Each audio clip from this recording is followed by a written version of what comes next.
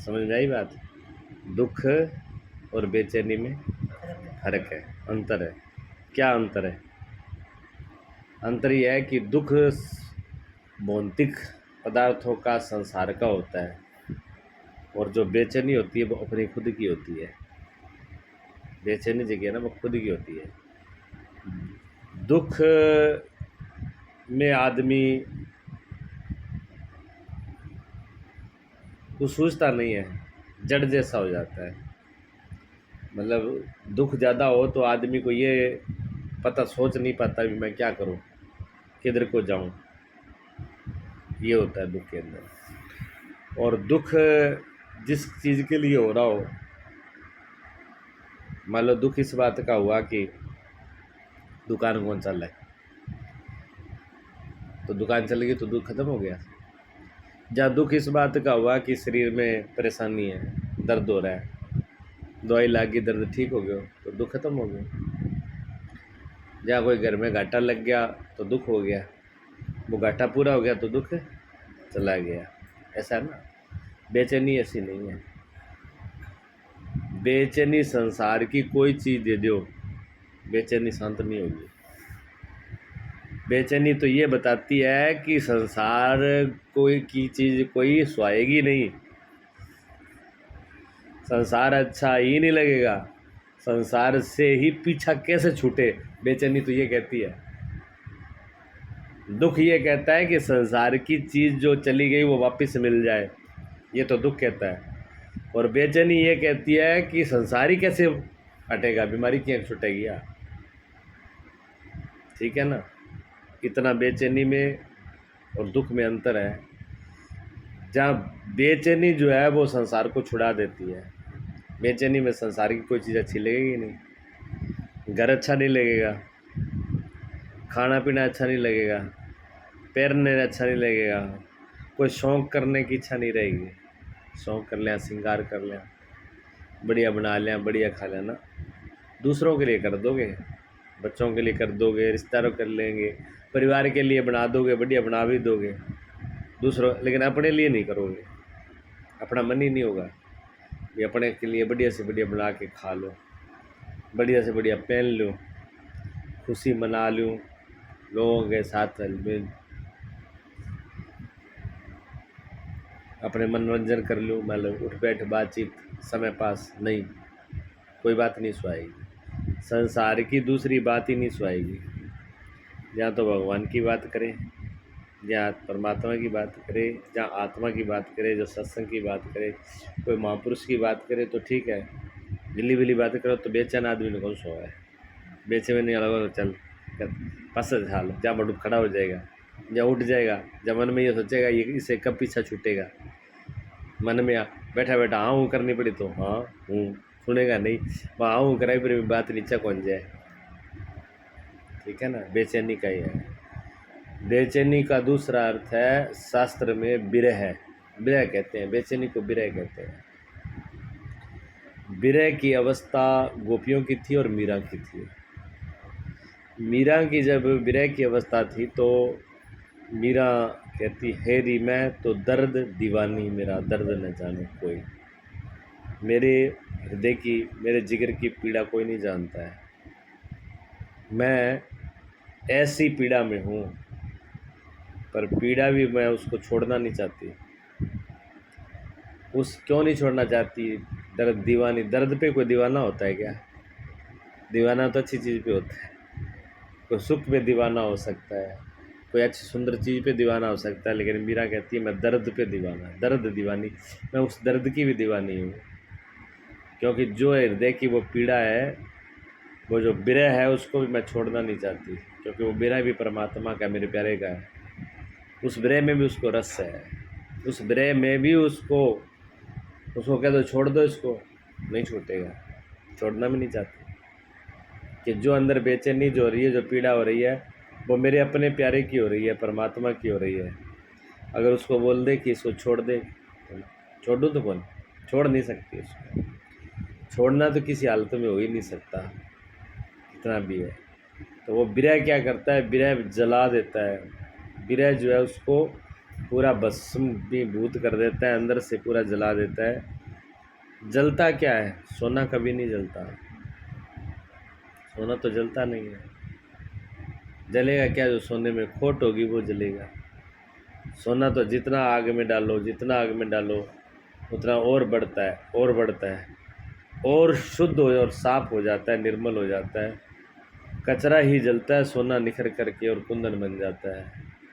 इसी प्रकार भक्त जितना जलता है, भगत में जितनी बेचैनी होती है उतना ही भगत और निखर जाता है, उसका भजन उतना ही प्रबल हो जाता है, उतना ही भगवान के नज़दीक हो जाता है, उतना ही परमात्मा के साथ उसकी रास लीला और बढ़ जाती है। दुनिया उसके लिए ख़त्म होती जाती है। जितना जितना विरह बढ़ता जाएगा उतनी उतनी दुनिया ख़त्म हो जाएगी। दुनिया में कोई अपना नहीं होगा उसका। मेरा तो गिरधर गोपाल, दूसरों ने कोई। मेरा तो एक गिरधर गोपाल है, दूसरा कोई है ही नहीं। एक अपने प्यारे के अलावा और किसी की याद नहीं रहती। बच्चे कितने ही प्यारे हो, बच्चे अपने प्यारे नहीं रहते। मकान कितने ही प्यारा हो, मकान प्यारा नहीं रहता। पति कितना ही अच्छा हो, कर्तव्य तो पालन होता है। खिला दोगे, पिला दोगे, अपना नियम पूरा कर दोगे, पर आप ये कहो कि पति से लगाव नहीं रहेगा, ख़त्म हो जाएगा। खाने पीने का इच्छा ख़त्म हो जाएगी। हाँ, भूख लगेगी तो पेट तो भर लोगे, भोजन भी बना लोगे, लेकिन शौक़ नहीं रहेगा कि ये बढ़िया बढ़िया बना के खा लें। ठीक है, जैसा मिल गया बस खा लिया, आनंद है।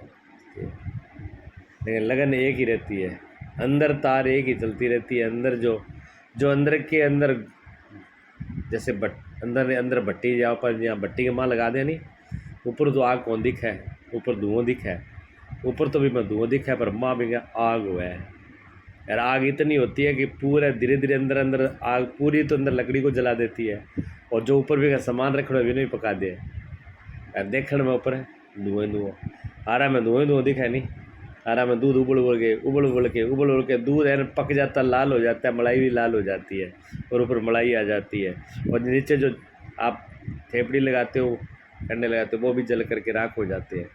अंदर वाला कचरा भी जल के राख हो जाता है, ऊपर रखा सामान भी पक जाता है, पर आग नहीं दिखती, दिखता धुआं है।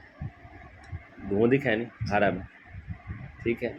तो विरह के अंदर जो पीड़ा के अंदर, पीड़ा जो होती है, पीड़ा दिखती है, सिर्फ एक पीड़ा दिखती है। पीड़ा में क्या हो रहा है ये नहीं दिखता। पीड़ा दिखती है भी, हाँ मैं बेचैन हूँ, दुख है अंदर, लेकिन बेचैनी के अंदर जो अंदर कचरा जलता है वो नहीं दिखता। लेकिन उसमें कचरा जल, वो बेचैनी इसी बात की तो बेचैनी है, क्योंकि अंदर कचरा है। वो कचरा जलता है, बड़ा सूक्ष्म है, माया बड़ी सूक्ष्म है, क्रोध बड़ा सूक्ष्म है, मोह बड़ा सूक्ष्म है, लोभ बड़ा सूक्ष्म है, इच्छा में बड़ी, कामनाएं बहुत सूक्ष्म है, ये अहंकार बहुत सूक्ष्म है।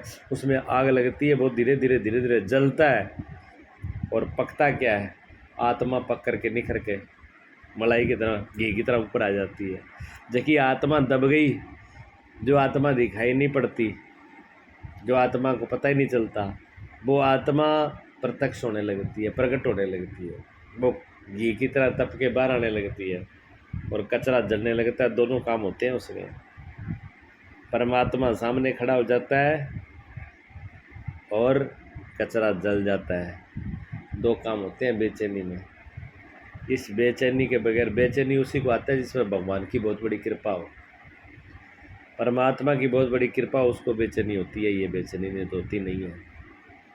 बाकी सारे सुख भी आएंगे ज़िंदगी में, दुख भी आएंगे ज़िंदगी में, अच्छाई भी आएगी ज़िंदगी में, बुराई भी आएगी ज़िंदगी में, अमीर भी होंगे, गरीब भी होंगे, सूरज दिन भी होगा, रात भी होगा, घाटा भी होगा, नफ़ा सबको होता ही है। लेकिन ये जो बेचैनी है ना, ये किसी किसी को आती है। सारी तो मीरा कौन बन गई, सारी गोपियाँ नहीं बन गई, बोले सारी मीरा कौन है? मीरा का गीत तो सारा गा सको, ताड़ी बजा से तो मीरा गा दो, ताड़ी बजा बजे नाचते सी। पर मीरा ने पूछो नाच के आए, मीरा पद घुंघरू बांध मीरा नाची रे।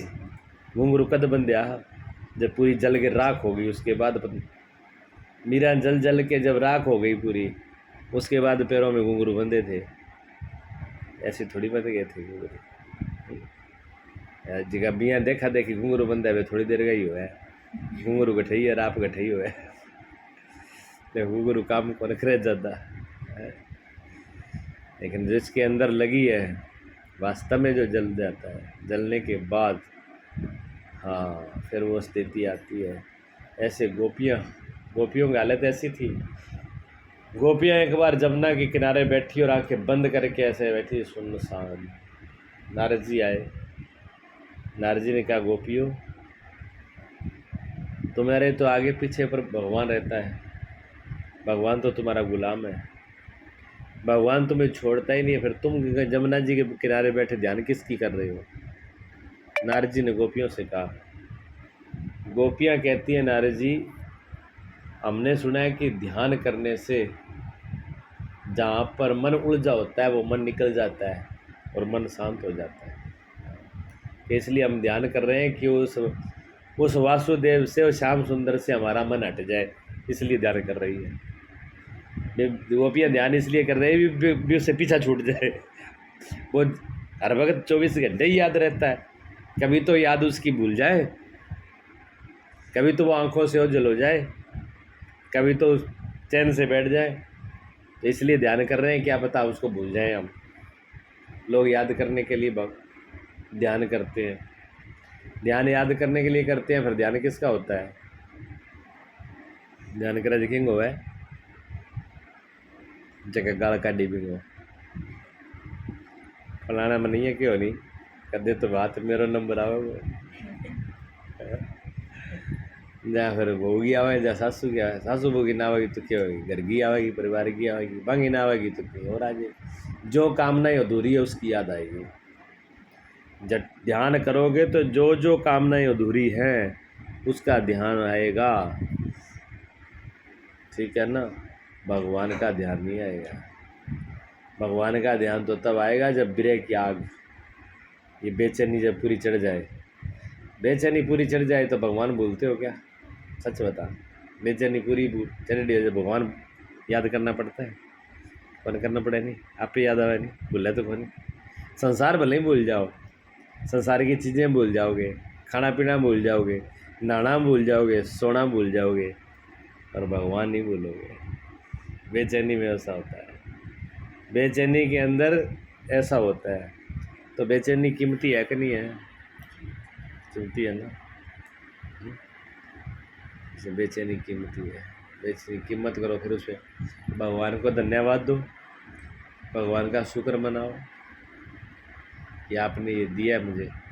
भगवान का शुक्र करो कि आपने मुझे सुमरण दिया है। सिमरन सिमरन मेरे कर भेज दी।